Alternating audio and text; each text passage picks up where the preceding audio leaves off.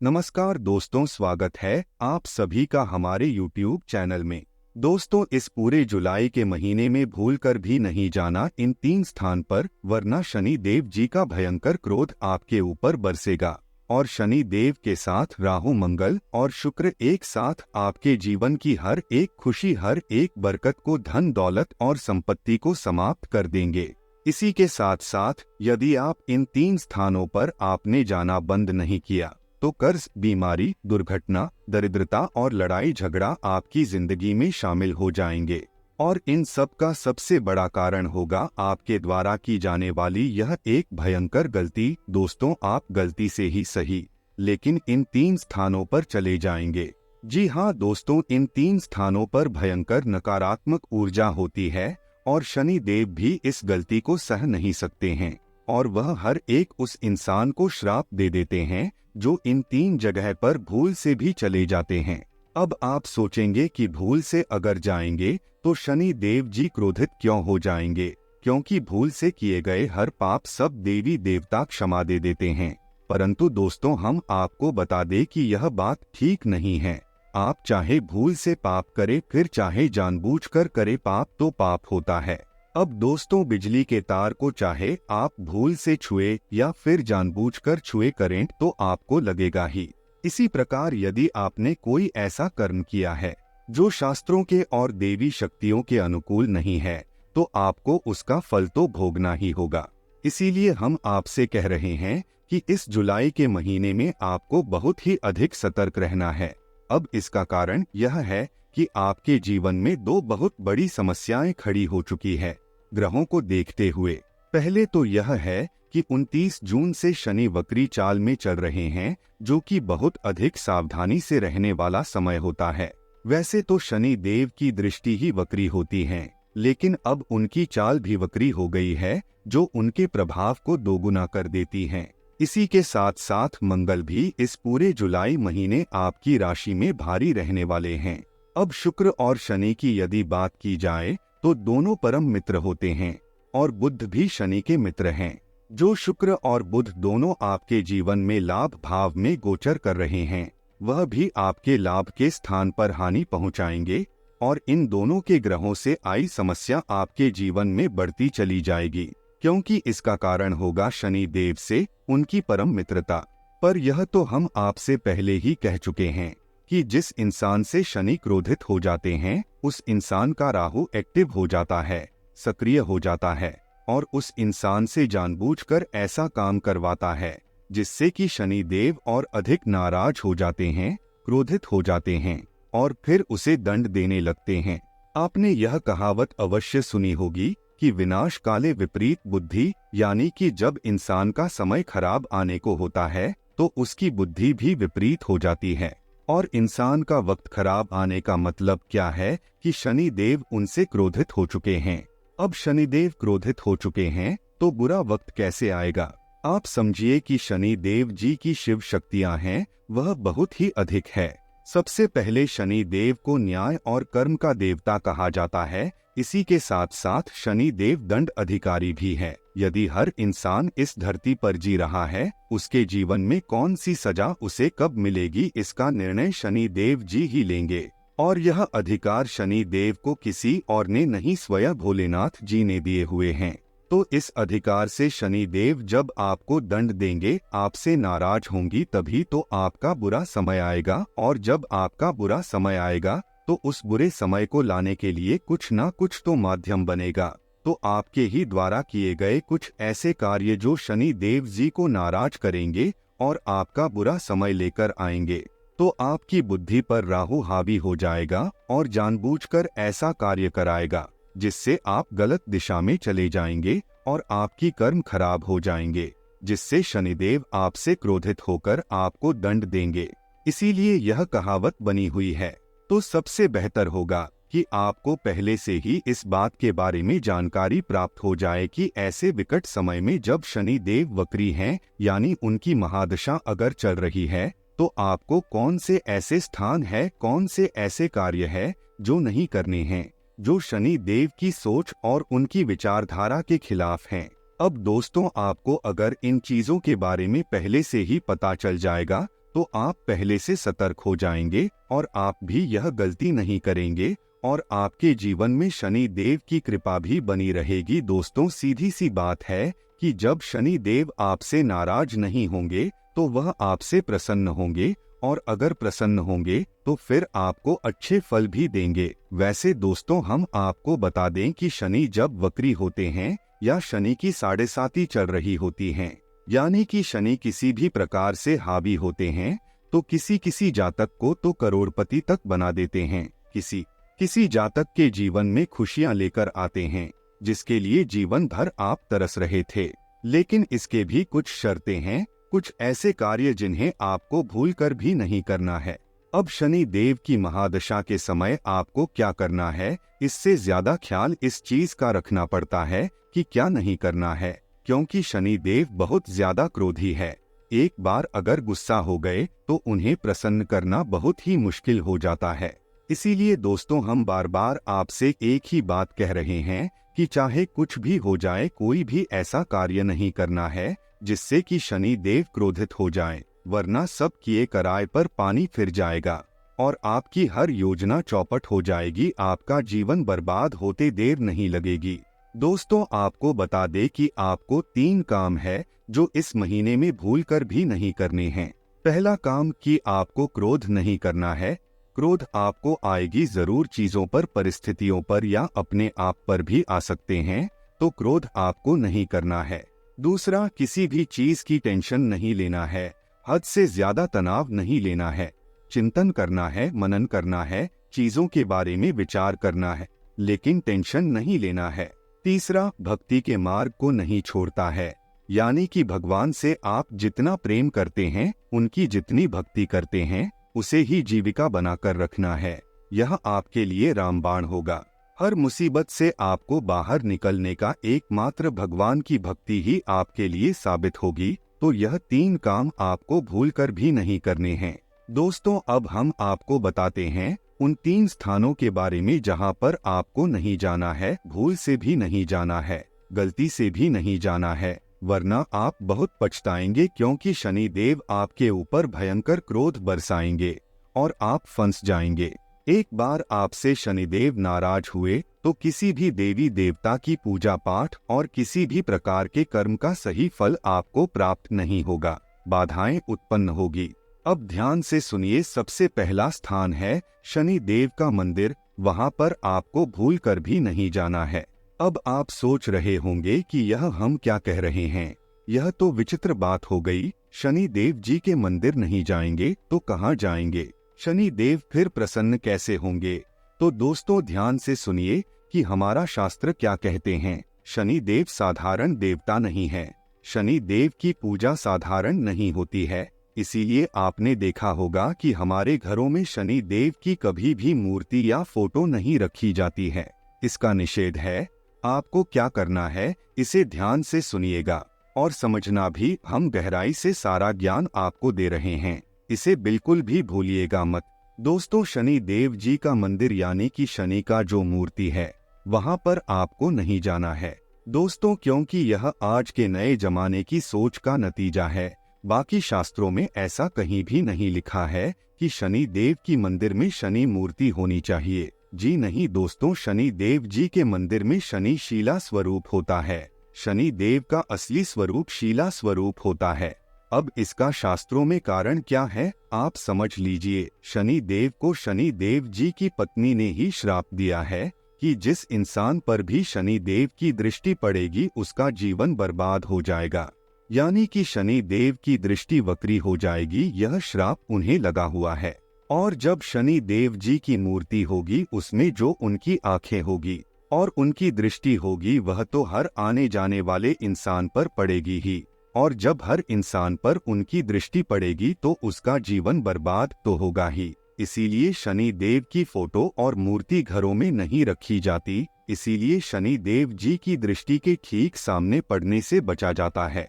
किसी ऐसे मंदिर में आप अगर चले जाए जहां पर शनि देव की मूर्ति लगी है और आपने जाकर शनि देव की पूजा पाठ की, लेकिन शनि देव की दृष्टि तो आपके ऊपर पड़ ही गई है।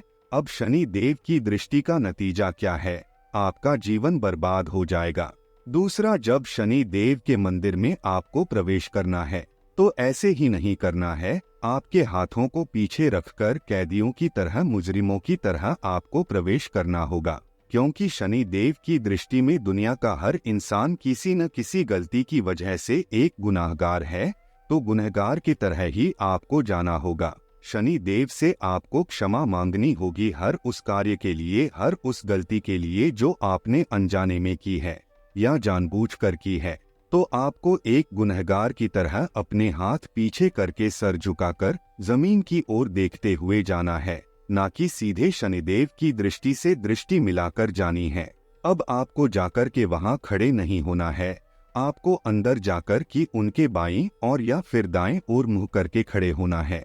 कोशिश करें कि मूर्ति के बाईं ओर आप खड़े हो, शीला स्वरूप के बाईं और आप खड़े हो। इसी के साथ साथ जितने भी पूजा पाठ शनिदेव जी का करे, सर झुकाकर आपको नीचे सर रखकर ही करना है। और सारी पूजा पाठ समाप्त होने के बाद भी आपको सर ऊपर नहीं उठाना है। इसके बाद आपको उल्टे पैर वापस आना है। शनि देव को अपनी पीठ बिल्कुल भी नहीं दिखानी है। इस प्रकार अपना हाथ पीछे रखकर और सर झुकाकर कंधे नीचे करके वापस चलना है और मंदिर से बाहर निकलना है। लेकिन यह भी आप वहां करेंगे जहां पर शीला स्वरूप विद्यमान हो। यदि उनकी मूर्ति विद्यमान है वहां पर तो आपको भूल कर भी नहीं जाना है। ऐसा कोई मंदिर ही नहीं है जहां पर शनि देव का शीला स्वरूप विद्यमान है, क्योंकि आजकल तो फैशन का जमाना है, मंदिरों में भी फैशन हो गई है। भगवानों के नाम पर तो शायद ऐसा कोई मंदिर ना हो आपके आसपास। तो ऐसे में आप क्या करें? ऐसे में आप किसी ऐसे मंदिर में जाइए जहां पर पीपल का वृक्ष स्थापित होता है, लगा होता है। तो पीपल का जो वृक्ष होता है उसे भी शनि देव का स्वरूप भी माना जाता है। तो शनिवार के दिन जो भी पूजा पाठ विधि विधान से आपको करना है वे सब आप पीपल के वृक्ष के नीचे कर सकते हैं। लेकिन याद रखें कि पीपल का वह वृक्ष मंदिर के प्रांगण में होना चाहिए। अक्सर हनुमान जी के या भोले बाबा के मंदिर के प्रांगण में पीपल का वृक्ष मिल ही जाता है। तो हनुमान जी के मंदिर के प्रांगण में जो पीपल का वृक्ष लगा है वही शनि देव जी का स्वरूप है। तो उस वृक्ष के नीचे आपको जाना है और वहां आप दीपक जलाए शनि देव जी के नाम से, और वहां पर आप शनि देव का ओम शम शनिचराय नमः इस मंत्र का जाप करें। बस इतना सा आपको करना है। साथ ही साथ आप अगर चाहे तो छाया दान भी कर सकते हैं। इतना आप करें, बाकी आपकी पूजा पाठ सब सार्थक होगी। शनि देव आपसे बहुत प्रसन्न होंगे और शनि देव जी जानबूझकर नहीं करेंगे कि आप उनके मंदिर गए और आपको वह श्राप दे दिए या फिर आपसे वह नाराज हो गए। यह तो उनकी दृष्टि है जो श्राप के कारण वक्री हो चुके हैं। तो जैसे ही आप जाएंगे और आपके जीवन में बर्बादी आ जाएगी। जी हाँ दोस्तों, यह कड़वा सच है, लेकिन लोगों को हजम करने में समस्या होती है, क्योंकि शास्त्रों की सच्ची और अच्छी बातें लोग जानते कहाँ हैं। आजकल तो लोग केवल फैंसी बनावटी और दिखावटी बातों में ज्यादा रहते हैं। लेकिन हम तो आपको सच्चा ज्ञान देते हैं, क्योंकि हमें माता रानी का आदेश है कि जो बातें बोलनी है वह सच बोलनी चाहिए, झूठी और पाखंड बातें हमें नहीं करनी है। तो यह तो पहला स्थान हो गया। उम्मीद है आप इस बात की गहराई को समझ चुके होंगे। अब बात करते हैं दूसरे स्थान की। अब दूसरा इंसान वह स्थान है जहां पर हिस्सेदारियों को लेकर बहस हो रही हो या लेन देन को लेकर किसी प्रकार का विवाद चल रहा है। चाहे कोई भी बुलाए कि हमारा विवाद है, जरा सा सुलझाने में हमारी मदद करो, क्योंकि ऐसा अक्सर होता है कि लोग अपने मित्रों को, साथियों को बुला लेते हैं अपने विवादों को सुलझाने के लिए। जैसे परिवार का विवाद है, प्रॉपर्टी का लेन देन है, उन सब विवादों को सुलझाने के लिए आपको बुला लेते हैं। लेकिन वहां पर आपको बिल्कुल भी नहीं जाना है दोस्तों, क्योंकि ऐसा अक्सर होता है कि लोग अपने मित्रों को, साथियों को बुला लेते हैं अपने विवादों को सुलझाने के लिए। जैसे परिवार का विवाद है, प्रॉपर्टी का लेन देन है, पैसा रुपए का लेन देन, सारे विवादों को सुलझाने के लिए अपनों को बुला लेते हैं। लेकिन आपको ऐसी जगह पर भूल कर भी नहीं जाना है, क्योंकि अभी शनि वक्री चाल में है और शनि की महादशा भी चल रही है। तो ऐसे इस स्थिति में आप किसी के यहाँ किसी प्रकार के न्याय आप नहीं कर सकते। यह अधिकार आपके पास है ही नहीं। यह अधिकार तो स्वयं शनिदेव के हाथों में है, तो भूलकर भी आप किसी के यहाँ न जाएं। किसी भी विवाद को सुलझाने के लिए, न्याय करने के लिए दोस्तों अब बात करते हैं तीसरे स्थान की। यह दोस्तों बहुत ही महत्वपूर्ण है, इसे ध्यान से सुनिए। आज के दौर में लोग इस बात को फैशन बना चुके हैं कि वह अपने धर्म को या किसी अन्य धर्म को, अपने भगवानों को या किसी अन्य के भगवानों को दूसरे धर्म के भगवान हो चाहे अपना भगवान हो, यानी कि ईश्वर के किसी भी स्वरूप का अनादर कर रहे हैं, धर्म का अपमान कर रहे हैं, अधर्मी बातें कर रहे हैं। ऐसे स्थान पर आपको भूल कर भी नहीं जाना है, ना ही वहां ठहरना है। यदि आप ऐसे स्थान पर बैठे हैं जहां अचानक से लोग ऐसी बातें करने लगे जिससे कि भगवान का अपमान हो, उनकी भक्ति मार्ग के खिलाफ हो, यानी अधर्मी बातें, भगवान का अपमान करने वाली बातें करने लगे, या तो आप उनकी बातों को वही रोक दे या फिर आप तुरंत उस स्थान को छोड़ दें। अब इसका कारण क्या है? इसका कारण सबसे बड़ा यह है कि शनि देव स्वयं भगवान के बहुत बड़े भक्त हैं। भगवान श्री कृष्ण के भक्ति में डूबे रहने के कारण ही तो उन्हें श्राप मिला था उनकी पत्नी के द्वारा। जी हाँ दोस्तों, तो जो इतना बड़ा भक्त भगवान का है कि उसे भक्ति के कारण ही श्राप प्राप्त हो गया, तो वह यह कैसे बर्दाश्त कर सकता है कि कोई किसी भी भगवान, किसी भी धर्म या फिर किसी भी भक्त का अपमान कर रहा हो। यह शनि देव की सोच के पूर्ण रूप से खिलाफ है। तो आपको भूल से भी ऐसे स्थान पर नहीं जाना है जहां लोग ऐसे ही बातें करते हैं, जहां लोग इस तरह के विचारधारा का समर्थन भी कर देते हैं कि वह कह दे कि हाँ ठीक है, यह भगवान तो ऐसे हैं, वैसे हैं, यह है, वह है। ऐसा यदि कोई कह भी देता है तो आपको उस इंसान का साथ भी तुरंत त्याग देना है। और यदि आप ऐसा नहीं करते हैं, अगर आप सोचेंगे कि हम तो नहीं कह रहे हैं, हमें क्या है, दूसरे तो कह रहे हैं, उन्हें कहने दो, क्या फर्क पड़ जाता है। यदि आप ऐसा सोचकर वहां बैठे रहते हैं तो उस स्थान से उत्पन्न होने वाली दूषित ऊर्जाएं आपकी ऊर्जा क्षेत्र को ही दूषित करेंगे और आपके मन को भी दूषित करेंगे। इसलिए आपको उस इंसान को तुरंत छोड़ देना है, वरना शनि देव का क्रोध आपके ऊपर बरसेगा ही। तो यह तो थी दोस्तों 3 स्थानों की बातें। अब हम आपको बताते हैं कि उस महाशक्ति उपाय के बारे में। तो दोस्तों ध्यान से सुनिए इस उपाय को। दोस्तों यह उपाय एक मंत्र है और इस मंत्र का नाम है नवान मंत्र। जी हाँ दोस्तों, नवान मंत्र बहुत ही शक्तिशाली मंत्र है और इस मंत्र में सभी देवी शक्तियाँ यानी कि शक्ति के सभी रूप समाहित होते हैं। यह असल में माँ दुर्गा का विशेष मंत्र है, लेकिन इसमें माता का समस्त रूप, माँ काली, भद्रकाली, चामुंडा, चंडी, कुष्मांडा, जितने भी 9 देवियों के रूप हैं, सब इसी में समाहित होते हैं। तो दोस्तों यह बहुत ही शक्तिशाली मंत्र है। आपको इस मंत्र का प्रयोग करना है। साथ ही साथ जो 9 ग्रह हैं, वे सभी नवग्रह की शक्ति इस एक मंत्र में समाहित होती है। इस मंत्र का एक एक अक्षर एक एक ग्रह को प्रदर्शित करता है। जी हाँ दोस्तों, उदाहरण के लिए हम आपको बता दें कि इस मंत्र में पहला अक्षर है एम, जो सूर्य को और देवियों में शैलपुत्री को दर्शाता है। दूसरा अक्षर है कीम, जो चंद्रमा को और देवी की दूसरी शक्ति ब्रह्मचारिणी को दर्शाता है। और तीसरा अक्षर है कीम, जो कि चंद्रघंटा देवी को दर्शाता है। इसी प्रकार ग्रहों में यह मंगल को दर्शाता है। तो इसी प्रकार एक एक अक्षर में एक ही ग्रह और एक एक देवी शक्ति समाहित है। तो यही से आप अंदाजा लगा ले कि यह मंत्र कितना शक्तिशाली है। तो दोस्तों अब आपको क्या करना है, ध्यान से सुनिए कि आपको किसी भी शनिवार के दिन बाजार से एक नारियल लाना है, लाल कपड़ा और लाल धागा लेकर आना है, लाल रंग का ही प्रसाद और लाल पुष्प लेकर आना है। और इस संपूर्ण सामग्री का प्रयोग आप रात्रि में शनिवार के दिन विधि विधान के साथ करें। अब शनिवार की रात्रि यानी 9 बजे के आसपास आप आसन लगाकर बैठिए, माँ दुर्गा की फोटो स्थापित कीजिए और उसके बाद एक नारियल का पूजन करें और उसे लाल कपड़े और लाल धागे से लपेटकर अपने पूजा घर में स्थापित कर दीजिए। फिर आप स्फटिक या फिर रुद्राक्ष की माला से इस मंत्र का जाप करें। एक माला जाप करना है आपको, वह मंत्र है ओम ऐं ह्रीं क्लीं चामुंडाय विच्छे। इस मंत्र का एक माला जाप करें और उसके बाद आप इस नारियल को अपने पूजा घर में स्थापित कर लीजिए इसके बाद यह माता का शुद्ध स्वरूप बनाकर आप जो पूजा करें वहां स्थापित रहेगा। फिर इसके बाद अगले दिन से ही यानी कि पूरे जुलाई के महीने आप जब भी अपने घर से बाहर निकले तो इस नारियल को छूकर और मन में इस मंत्र का उच्चारण करके ही घर से बाहर निकले। जब आप घर से बाहर निकले तो अपने मन में इसी मंत्र का उच्चारण करते हुए कदम को बाहर निकालिए। मन में ही आपको जाप करना है, मौखिक नहीं करना है। आप कितनी भी जाप कर सकते हैं, आपके जीवन में सब अच्छा ही होगा। दोस्तों, आशा करते हैं आपको हमारी यह जानकारी अच्छी लगी हो तो वीडियो को लाइक जरूर कीजिएगा और चैनल को सब्सक्राइब करना बिल्कुल भी मत भूलिएगा। दोस्तों, कमेंट बॉक्स में जय शनि देव जय माता दी जरूर लिखिएगा। वीडियो को अंत तक देखने के लिए आप सभी का बहुत बहुत धन्यवाद।